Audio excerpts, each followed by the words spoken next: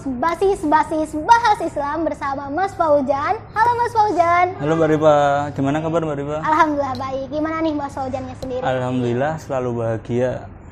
Alhamdulillah. Oh ya, saat ini nih Mas Fauzan kesibukannya apa? Kalau saya sendiri kan sebagai mahasiswa di UMS, Prodi Manajemen. Dan selain kuliah, saya itu ikut organisasi, juga sembari part-time ikut mengajar di salah satu ponpes dekat UMS. Oke. Tadi ada bilang organisasi. Maksud organisasi ini tuh apa, Mas? Organisasinya apa? Oh, maksudnya organisasinya apa? Ya. Kalau saya ikut organisasi itu di UMS, ikut Ikatan Mahasiswa Muhammadiyah atau IMM. Dan IMM-nya kan kalau di UMS itu dibagi per fakultas. Kan kebetulan saya kan fakultas FEB. FEB itu namanya IMM Muhammad Hatta gitu. Di IMM sendiri nih, kesibukan Masnya di sana apa? Kalau di IMM kan per kader, per pimpinan itu dibagi per divisi ya. Kan saya mahasiswa baru dan juga kader baru di IMM. Jadi saya ditempatkan, kalau istilahnya awal-awal itu magang ya namanya. Dimagangkan di bidang tablik. Gitu. Oh, tablik nih ya. Bahas Islam. Gimana tuh Mas di tablik? Tablik itu ya kalau secara goalnya, tujuannya ya intinya kita minimal yang pertama itu diharapkan semua kader, semua pimpinan semua anggota di IMM itu bisa membaca Al-Quran dengan baik dan benar, itu yang pertama. Yang kedua, kita sama-sama tahu, sama-sama belajar, sama-sama mempelajari tentang Tarjih Muhammadiyah. Karena kan kita IMM ini sebagai organisasi otonom Muhammadiyah yang itu kayak peranaannya Muhammadiyah itu. Jadi kita harus tahu rumah kita itu kayak gimana. Dari seluk-beluknya, putusan-putusan dari yang diputuskan di bidang di Tarjih Muhammadiyah tadi. Maka itu kita ya sama-sama belajar, bukannya kita menggurui atau gimana, kita sama-sama bareng-bareng belajar. Pertama tadi belajar Quran, yang kedua tentang putusan-putusan yang diambil di Muhammadiyah. Oke, jadi nih buat teman-teman sana, buat tablik nih, jangan pernah memandang tablik itu kayak kenapa Islam mulu. Nih, tablik itu kita bisa belajar mengenai itu ya tadi Al-Quran. Jadi jadi bidang yang terbaik lah ya Mas. Iya, insya Allah. Oke, di sini ya Mas, mungkin waktu sekarang ke depannya nih kita bakal bahas sedikit mengenai tadi agama Islam ya bahasanya. Iya, karena sesuai judul kan bahasa Islam. Bahas Islam. Yang tentunya juga kita bahas yang ringan-ringan aja, nggak perlu yang berat. Kan kita kan sebagai posisi kita bukan ulama juga bukan, kita bukan mufti juga bukan. Intinya kita itu sebagai pengikut dari putusan-putusan yang diambil ulama itu. Jadi kita bahas sharing-sharing aja. Iya. Tapi nih ya Mas, ada lah kayak keresahan nih dari aku. Mungkin dari teman-teman juga ada nih ya keresahan seperti itu. Banyak. Aku nih setiap hari kayak kuliah, organisasi juga ya kayak Mas, Krokom kayak gitu, banyak tugas, pusing. Tapi terus ya sholat ya biasa ya kan agama Islam kita. Kok hidup aku kayak gitu terus, itu monoton ya. Tapi ada orang yang enggak, ya sibukannya biasa lah. Tapi mereka kayak wow gitu. Itu kenapa ya Mas? Apa aku salah nih?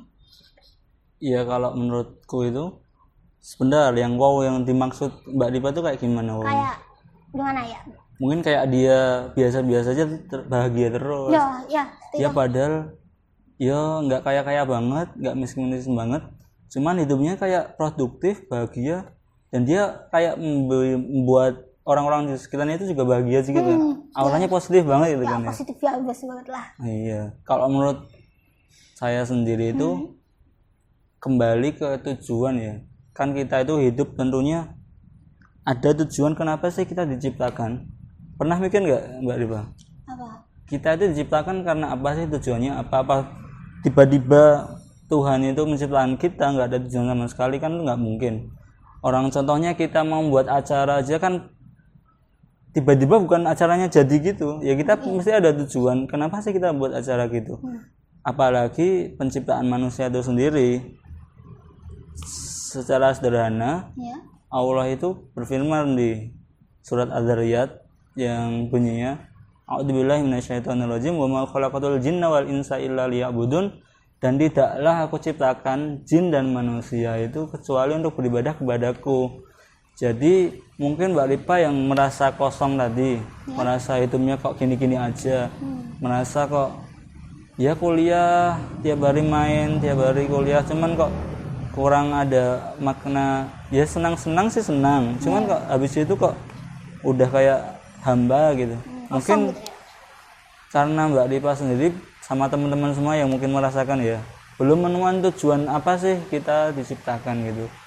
Dan kadang orang mikir, masa kita harus ibadah melulu sih? Ya. Masa kita harus sholat terus? Masa kita harus ngaji terus? Ya nggak seperti itu juga, mungkin teman-teman salah memahami aja. Ibadah sendiri itu kan bukan berarti kita cuman ngaji, bukan cuman sholat aja. Tapi ibadah itu kompleks dan itu luas. Apapun kegiatan kita bisa kita niatkan dengan ibadah. Ya. Contohnya nih, kan kalau di Muhammadiyah itu kan ada yang pembahasan ibadah mahdoh dan ghairu mahdoh. Yang mahdoh itu yang udah ditetapkan kayak sholat, puasa, haji dan sebagainya. Ghairu mahdoh itu ibadah yang bisa kita kombinasikan, bisa kita kolaborasikan dengan kegiatan-kegiatan sehari-hari kita. Contohnya kita bangun tidur, terus kita mandi. Masa kita mikir mandi kok bisa ibadah ya? Pernah mikir nggak? Ya sih. Padahal dengan mandi, simpel mandi itu bisa jadi ibadah buat kita niatkan ya. Kita membersihkan badan kita dalam rangka kita membersihkan badan, mencegah penyakit, dan kemudian karena kita terbebas dari penyakit itu, kita bisa beribadah lebih lama, lebih optimal kepada Allah Subhanahu wa taala. Tentunya kan apalagi Rasulullah SAW itu menuntun kita di setiap kegiatan sehari-hari. Contohnya ada doa sebelum masuk kamar mandi, ada doa setelah kamar mandi. Makanya kita ikuti tuntunan itu, dan utamanya di niat kita. Karena salah satu hadis yang populer juga ya, yang kita sudah sering dengar di mana-mana, innamal a'malu binniyat, sesungguhnya amal itu tergantung pada niatnya. Jadi setiap apapun yang kegiatan yang kita lakukan, asal kita niatkan untuk beribadah kepada Allah Subhanahu wa taala, semata-mata kita mengabdi kepadanya, insya Allah itu bisa dihitung sebagai ibadah. Dan masalah kenapa sih orang-orang kok kadang belum bisa memahami itu, karena mereka belum sampai ilmunya kepada itu tadi, belum memahami ilmunya tadi. Jadi kalau Mbak Lipa nih mau ngerasa kedepannya mau pengen lebih baik, pengen belajar agama, bisa join ke bidang tabligh.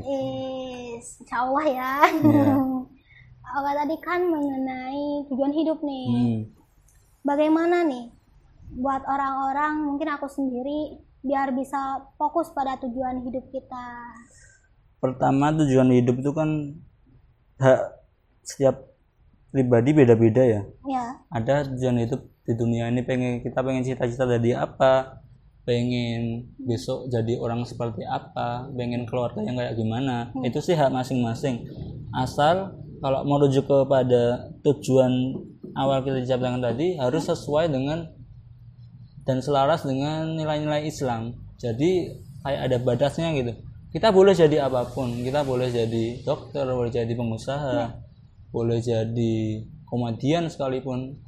Cuman asal kembali kepada tadi, sesungguhnya setiap amal itu tergantung pada niatnya. Kalau kita jadi dokter, ya kita niatkan dengan jadi dokter ini aku bisa bermanfaat kepada orang lain, aku bisa juga mengobati orang lain, dan tentunya itu dihitung pahala jika kita niatkan semata-mata mencari ridho kepada Allah Subhanahu wa taala. Dan Rasulullah sendiri pun mewanti-wanti kepada umatnya dengan salah satu hadis yang redaksinya khairun nas anfa'uhum linnas, yang artinya sebaik-baik manusia itu adalah yang paling bermanfaat bagi yang lain. Dengan tujuan tadi, dengan yang diwasiatkan Rasulullah kepada kita tadi, kita sebenarnya nggak harus bingung pengen jadi apa ke depannya, pengen jadi gimana, pengen keluarga seperti apa. Asal kita jadi apapun yang kita inginkan dan sesuai passion kita, dan dengan passion itu kita bisa memberi bermanfaatan sesuai potensi yang kita miliki. Jadi di organisasi bisa bermanfaat bagi yang lain, saling sharing ilmu, saling bisa mengembangkan diri. Di sebagai masyarakat, kita sebagai pemuda bermanfaat bagi desa dengan mengikuti kegiatan Karang Taruna, mungkin membantu-bantu gotong royong. Intinya dimanapun kita berada, kalau bisa itu sesuai yang dipesankan Rasulullah tadi, menjadi sebaik-baik manusia, yaitu yang paling bermanfaat bagi yang lain. Jadi kita berlomba-lomba nih bisa memberikan manfaat kepada sekitar kita. Ini ya Mas, tujuan hidup, emang tujuan hidup kita itu harus berfokus pada Islam kah? Kalau menurut saya, pendapat saya pribadi harus ya. Cuman harus dalam arti nggak membatasi kita menjadi apa yang kita inginkan. Jadi kadang orang mikir, aku harus Islam, nggak boleh gini, nggak boleh gini, nggak boleh gini. Sejatinya yang dilarang Islam itu sebenarnya baik buat diri kita sendiri. Jadi kita bisa menjadi apapun dengan konteks tetap dalam koridor nilai Islam itu. Jadi misalnya Mbak Ripa nih besok ketemunya mau jadi apa? Mau jadi apa ya? Usaha. Pengusaha ya? Ya. Apalagi pengusaha itu bukannya jauh dari Islam atau gimana, malah itu pengusaha salah satu profesi yang bisa memberi manfaat, banyak manfaat kepada orang lain. Contohnya bisa buka lapangan kerja, bisa membantu perekonomian negara, perekonomian desa, dan itu bisa kita jadikan juga sebagai lahan dakwah kita. Jadi selain kita bisa bermanfaat bagi orang lain itu, tujuan kita juga gimana kita bisa ngajak-ngajak orang sekitar kita itu sama-sama menemukan jalan yang dimaksud tadi, dari jalan yang sesuai dengan tujuan Islam tadi, tujuan penciptaan kita. Jadi jangan kita puas dengan saya sudah menemukan jalan ini kemudian nggak ngajak orang lain. Kalau bisa kita dengan berinteraksi kepada sama kita di kampus, di masyarakat, itu bisa mengajak mereka sama-sama kita berjalan di jalan yang lurus tadi sesuai dengan tujuan kita diciptakan. Oke. Tapi nih di saat kita pengen ngajak orang kan tadi ya, buat lah tujuan hidup itu, malah kita yang keajak ke jalan mereka. Nah, itu menarik juga sih. Jadi sebelum kita mengajak orang-orang itu, kita juga harus punya dasar-dasarnya dulu, punya ilmunya dulu. Jangan sampai kita niatnya emang baik nih, niatnya emang kan kita mau ngajak orang lain supaya bareng-bareng berubah menjadi lebih baik ya. Cuman sebelum itu juga kita harus ibaratnya punya bekal, punya ilmu yang cukup, dan sampai kita yakin bahwa kita itu bisa menjaga diri kita, bisa memfilter apa yang baik, apa yang buruk. Dan insya Allah dengan usaha tadi, niatnya juga baik tadi, insya Allah dimudahkan Allah juga. Jadi jangan takut, kadang-kadang orang takut gini, aku ngajak nanti dikira soalim atau gimana gitu. Iya sering tuh Mas kayak gitu. Nah sebenarnya bukannya soalim atau gimana, ya kita emang kita mengingatkan orang, mengajak orang lain kan tandanya kita peduli sama dia ya.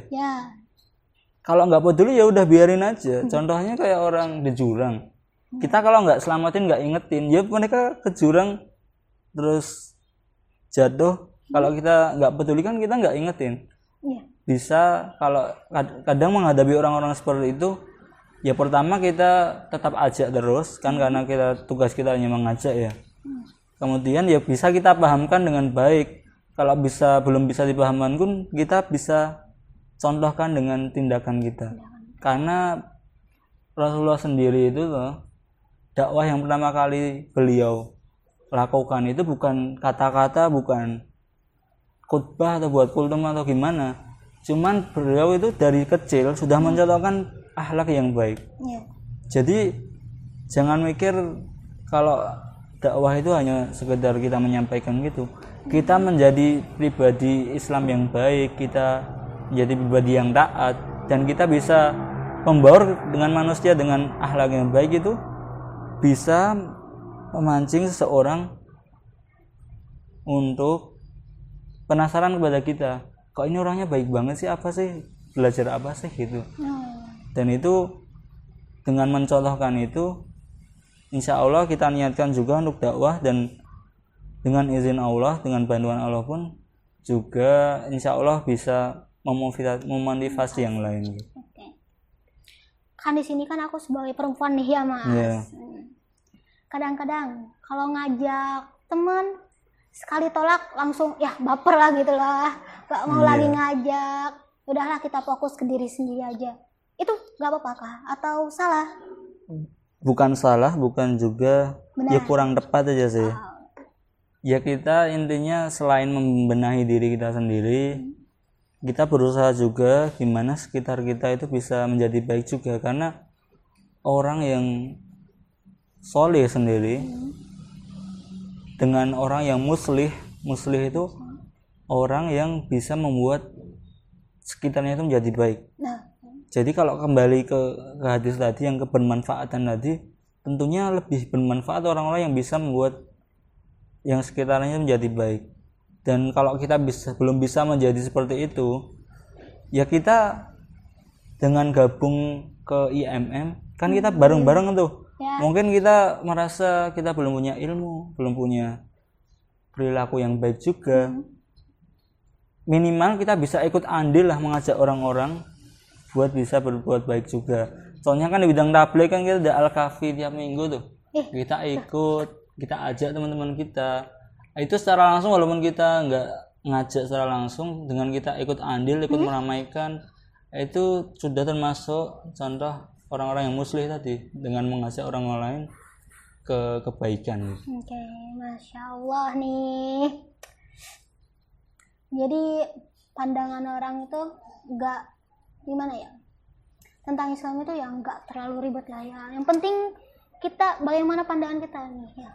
Pandangan gimana itu? Ya pandangan yang Islam, karena kan orang-orang Islam diatur mulu nih gitu loh.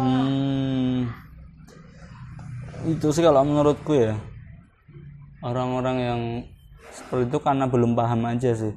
Kan kita ya kayak kita contohnya orang ya, orang kalau belum kenal sama orang lain kan ya cuman menganggap apa yang dia lihat. Ya.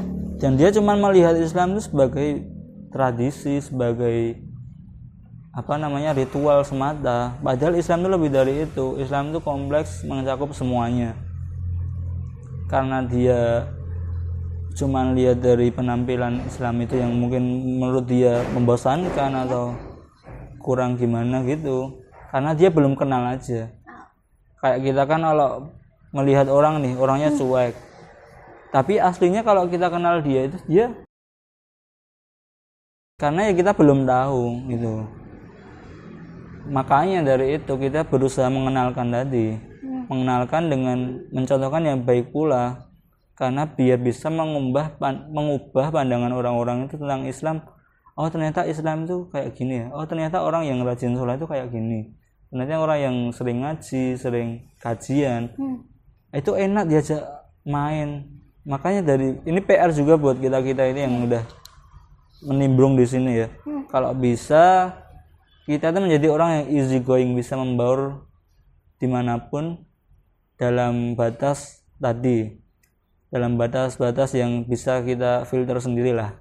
Pokoknya gimana sih menarik orang-orang, kita bisa membaur dengan mereka, bisa easy going dengan mereka, bisa ngikut di timbrungan mereka.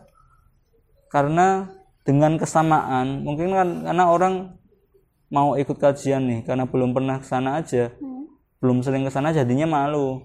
Ya. Mungkin kita yang harus ke sana, kita nongkrong bareng, kita mabar bareng. Cuman kita selipkan pesan-pesan baik yang bisa kita sampaikan gitu. Oke.